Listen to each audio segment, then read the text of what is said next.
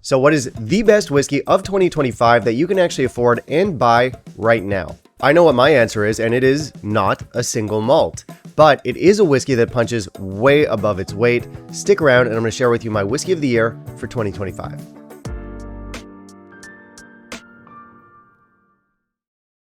Okay, so this is my 5th time doing Whiskey of the Year on the channel. These are always some of my most watched and talked about videos. They can be a little bit controversial, but that makes sense. You're choosing one whiskey and you're not going to make everyone happy. But I do remind you that this is a video on YouTube featuring a 40-plus-year-old man talking about a drink he really likes to drink for 8 minutes. It's not that deep.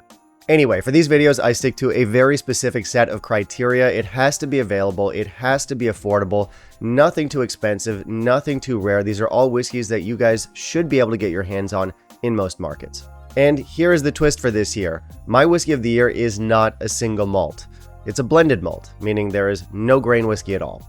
And I'm not going to keep you waiting. Without any further ado, my whiskey of the year for 2025 is Compass Box Orchard House, one of the best bang-for-buck Scotch whiskeys on the market today, in my humble opinion. And quick clarification here, the one I've got with me, the one I'm talking about today, is the new version.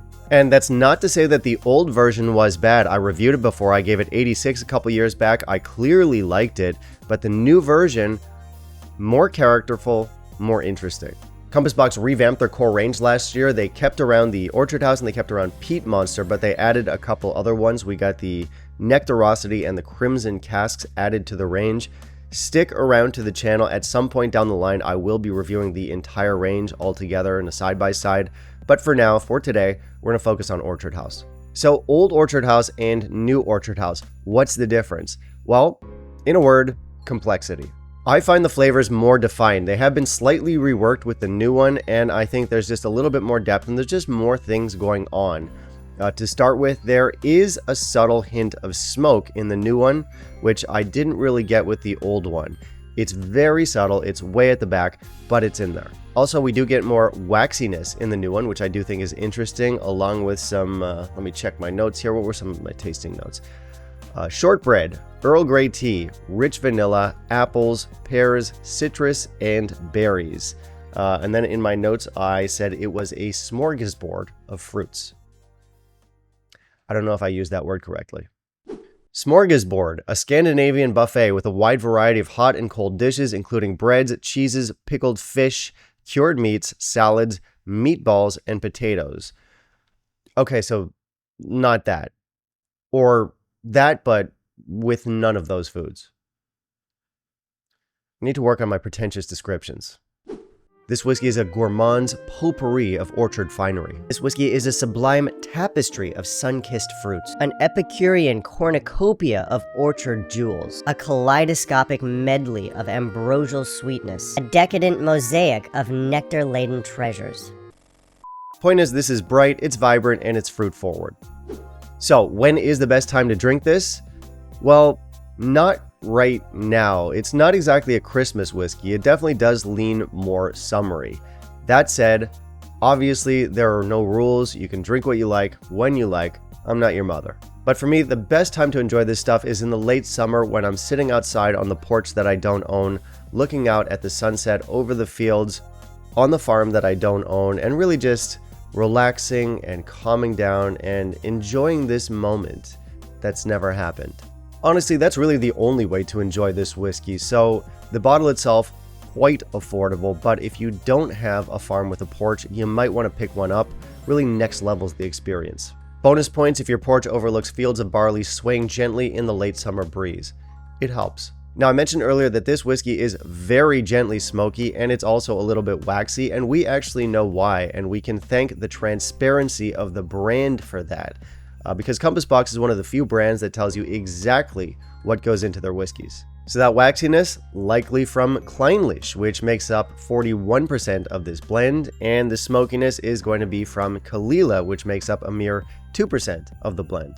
Then you can throw in some Linkwood, some Glen Murray, and a Highland malt blend, as well as whiskey from a distillery near the town of Aberlour. So you throw all that together, you got yourself a damn fine whiskey. And that's just for this one. If you're curious about any of their other blends, you can just head over to the website. They have the charts, the breakdowns, the percentages. They are whiskey nerds and they are transparent. Well done. Now, as I've been ranting and raving about this new version, you might be thinking, okay, I want to pick that up for myself, but how will I tell the difference between the old one and the new one? Honestly, it's pretty similar. They're pretty similar. What they did is they made the new bottle ever so slightly shorter and they updated the label ever so slightly. So I'll put the two up on screen together. To be fair though, the old one still really good, as I said earlier. So if you come across that one or the new one, both are worth a pickup. But yeah, as I said, I like the new one better.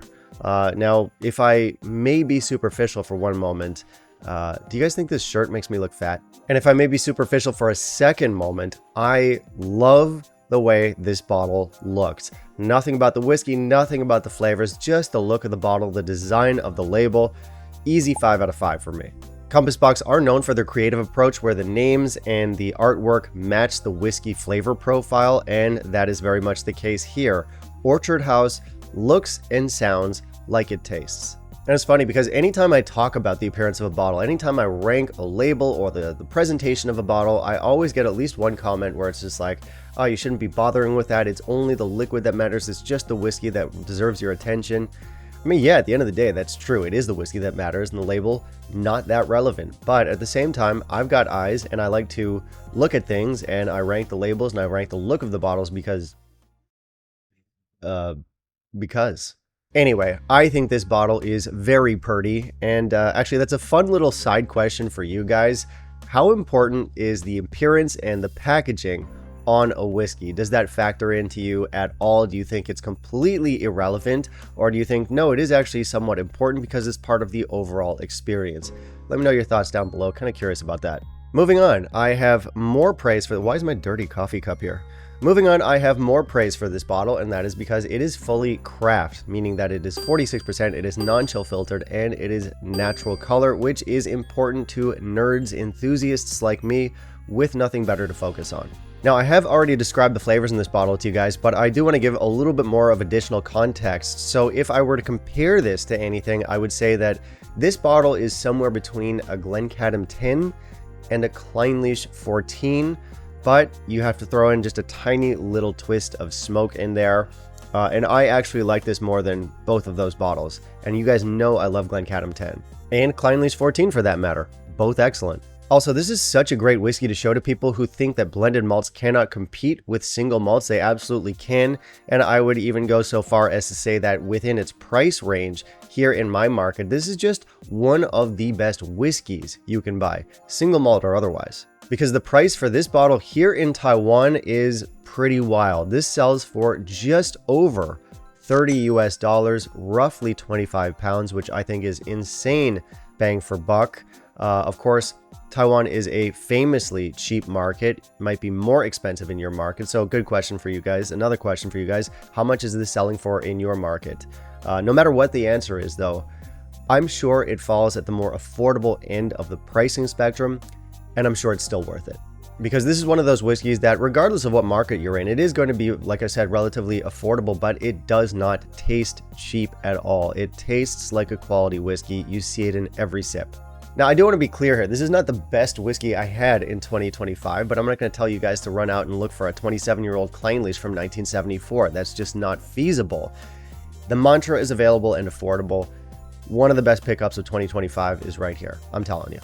All right, now it's time for me to turn the question on to you guys. What was your whiskey of the year for 2025? Remember the mantra, available and affordable, or you could share some of your unicorns with me. That's fine too. But yeah, bonus points if it is available and if it is affordable and if we can all find it in our local shops.